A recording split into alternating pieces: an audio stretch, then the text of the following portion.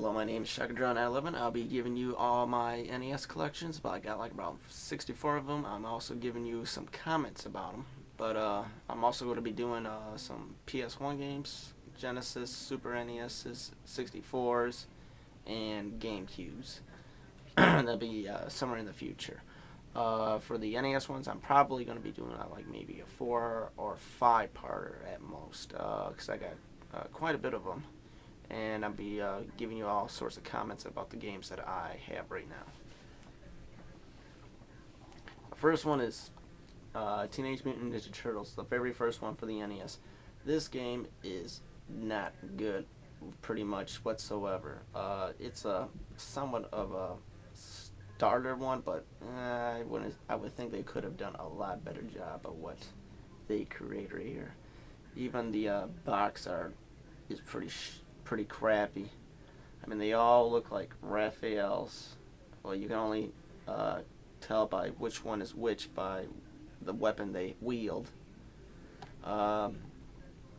Pretty much in the game, you just walk around facing bad guys you don't even never heard of, like a guy that's on fire or a big toad.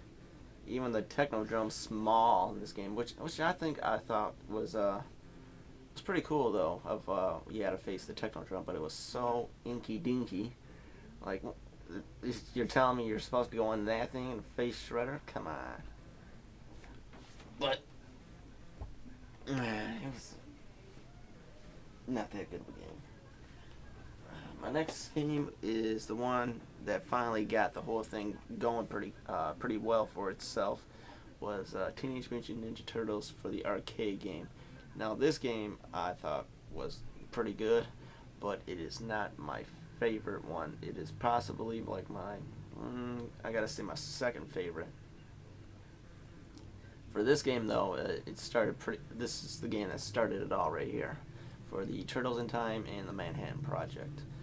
There's more characters that you all recognize, and the boss battles are actually really well done for this.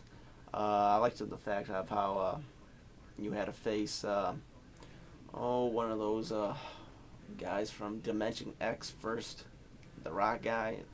I can't think of his name, but it was a general, I think. Then you had to face Krang. Then you had to face Shredder. Not all at the same time, but individual in the Technodrome, which I thought was pretty cool of how they did that. The next game is Turtles 3, the Manhattan Project. Now this is this is my favorite one right here. There were more bosses, and the game is a little bit more harder. Not quite as hard though, but still a pretty good game for itself. I do think that this game is a little bit better than the Turtles in Time. The reason why I can't say Turtles in Time is one of my favorites, or even my second favorite, is that the boss battles were I really didn't care for how the boss battles were. But for part 2 and part 3 of how they were, I think they were a lot better. Oh, and the other thing I didn't like about Turtles 3 was how easy Shredder was. Super Shredder, not the first one. The first one, he always kicked my ass. My next game is Castlevania for the NES, and this game was a pretty good start of how the Castlevania series was. It's just a basic running around, side-scrolling, collect the orb, go on to the next stage, that type of thing. The bosses were pretty hard, especially Death in the final battle with Dracula. Not his first form, but his second form. For the second form, I always got my butt kicked out of him. Every time I threw holy water, it would only take like about one little damage, but that'll be it for the longest time. Like, why isn't he not getting hurt no more? Then I tried the cross thing. That was working a little bit, but still, I could not beat him without cheating a little bit by looking up on the web, and it was the holy water that killed him the easiest, and I finally got through the game. And death was a bitch in that game too, because he kept on throwing those scythes at you. My next game is Simon's Quest Castlevania 2. This game sucks big time.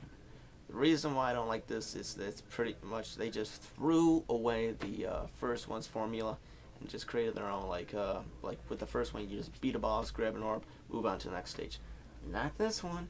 You can go on to any castle you pretty much want, and then just get the orb with an oak stake, and not even have to face a boss. There's actually 3 of them, 3 bosses, but 2 of the 3 you can just walk on by, not even have the hassle of beating on them. The one boss that you don't have to beat is Death, and I thought that was pretty lame. The only bosses there were the Mask and Dracula, and Dracula looked a hell of a lot like Death, a lot better version of Death.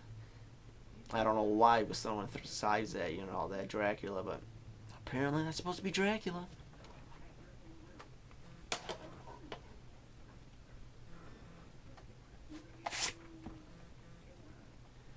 Last game quickly is Curse of Darkness Castlevania 3. Now I thought this game was pretty good. It is not one of my favorite games. I like the fact though you can choose any character that you want. From the one of the, of course there's only one Belmont, but you can choose a Belmont or a woman wizard, or even Alucard was in the game, which is he was from Castlevania Symphony of the Night. Now I thought that was cool, and I could not remember if he was ever in on any other game, but he was, and I could not really believe it when I was playing this game. Like, I didn't believe it was Alucard and all that, but this game is pretty cool game, and I like the fact that Alucard was in another game itself.